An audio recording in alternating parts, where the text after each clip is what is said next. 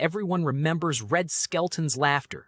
But what if his final TV special was hiding a secret he never wanted the public to see? Before the credits rolled for the last time, one specific moment changed how we view the Clown Prince forever. For over half a century, Red Skelton was the undisputed king of clean, wholesome comedy. He brought characters like Freddie the Freeloader and Clem Cadiddlehopper into 50 million American living rooms every single week. But behind that warm, goofy grin lay a profound and silent grief that eventually erupted during a forgotten television taping. This was not the rehearsed comedy of a legendary entertainer. It was a desperate, unscripted confession. A piece of video so raw, so emotionally shattering, that network executives immediately locked it away in a vault, branding it too intense for the public. Today, we are pulling back the curtain on this hidden artifact of broadcast history. To understand how we arrived at this forbidden broadcast, we have to look at the massive cultural footprint Red Skelton left behind and the sudden, brutal way his empire crumbled. Born in Vincennes, Indiana in 1913, Red's life was defined by absence before it even began.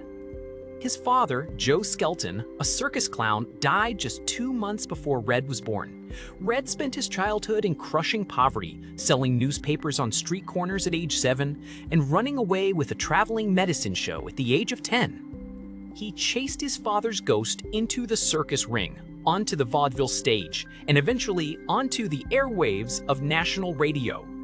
When television emerged, Red's physical comedy made him a premier superstar of the new medium. For 2 decades, his weekly variety show was a Tuesday night ritual. But by 1970, the television landscape was changing.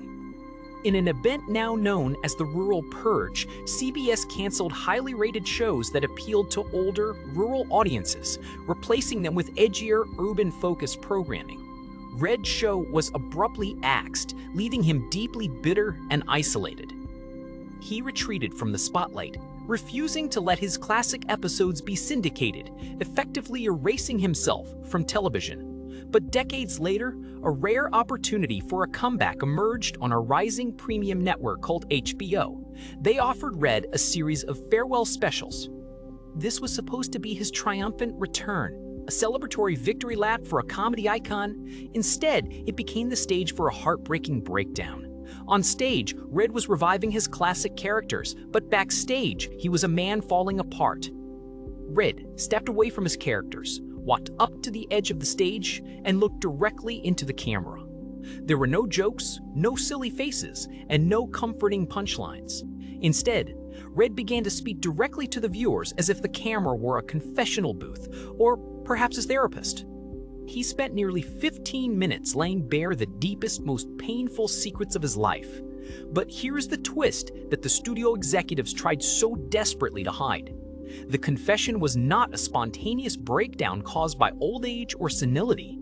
It was a calculated, deliberate act of rebellion by a man who knew his time was running out. Red Skelton did not want to leave this world as just a funny face. He wanted the world to know the true cost of their laughter.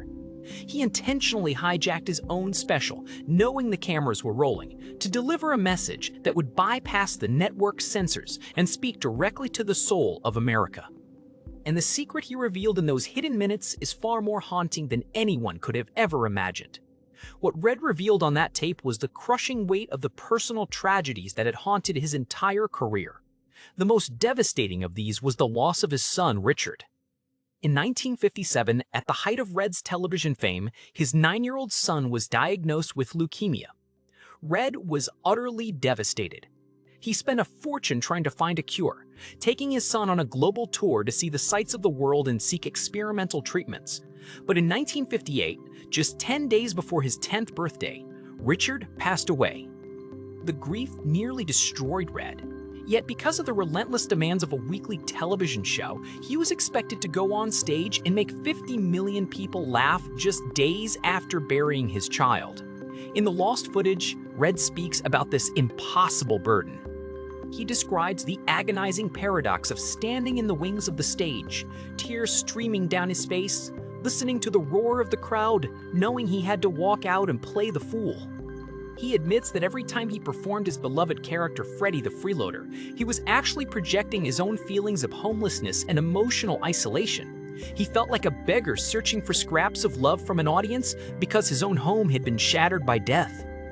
Red also spoke of the crushing guilt he felt over his father, the circus clown he never knew, wondering if his entire career was just a desperate, lifelong attempt to get the attention of a man who died before he was born. This was the psychological engine that drove Red Skelton's genius, a brilliant burning talent fueled by an ocean of unresolved grief. He realized that the comedy was never a cure for his pain, but rather a temporary anesthetic that was wearing off as he neared the end of his life.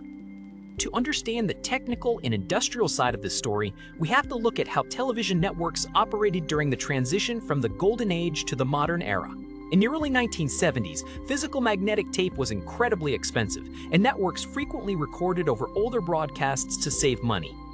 Red Skelton, however, was a visionary. He understood the value of his own archive and had negotiated a contract that gave him ownership of his show's master tapes.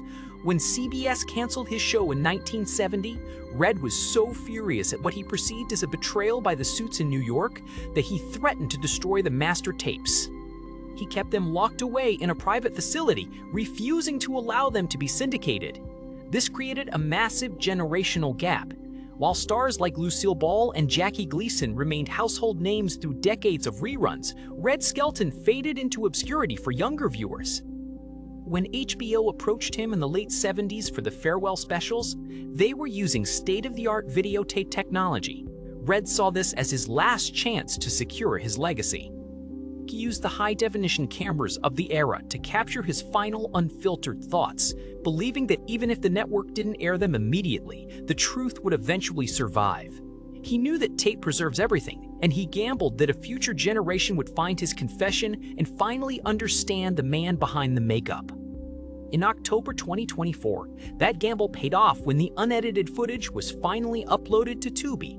Suddenly, over 2 million people stopped scrolling to watch a comedy legend reveal the dark underbelly of Hollywood stardom. Let us look closely at the specific performance of Freddie the Freeloader's Christmas dinner, taped in 1981, which serves as a powerful case study of this emotional duality. In the broadcast version of the special, Red plays his famous hobo character who tries to secure a fancy Christmas dinner in a wealthy restaurant. It is a masterclass in silent pantomime, filled with light-hearted gags and physical comedy. But when you examine the raw, unedited footage from the rehearsals and the post-show taping, a completely different narrative emerges. In one specific, unexposed sequence, Red, dressed in his ragged Freddy makeup, sits alone on a darkened stage. Instead of performing a gag, he begins to speak in a quiet, trembling voice. He addresses his deceased son Richard, telling him how much he misses him and how the holiday season only deepens the void in his heart. He then transitions into a raw analysis of his other characters, explaining that Clem Kadiddlehopper represented the simple, innocent child he was never allowed to be, while Cauliflower McPug, the battered boxer, represented his own struggle to keep standing after taking endless emotional blows from life. It is an extraordinary piece of tape, where the boundaries between the performer and the performance completely dissolve, revealing the terrifying cost of entertaining a nation. Red Skelton once famously said that his only purpose in life was to make people laugh and leave the world a little brighter than he found it. But this final Unexposed special proves that his genius was far more complex than a simple desire for comedy. It was a profound act of survival. By looking at his final confession, we do not lose our love for his characters. Instead, we gain a deep, enduring respect for the immense strength it took to create them. Red Skelton's legacy is not just one of laughter, but of incredible resilience in the face of tragedy. If you want to understand how other comedy legends of television's golden age hid their deepest pains behind the camera, click on the video on your screen right now, where we break down the secret tragic lives of the stars who built modern entertainment. Good night, and may God bless.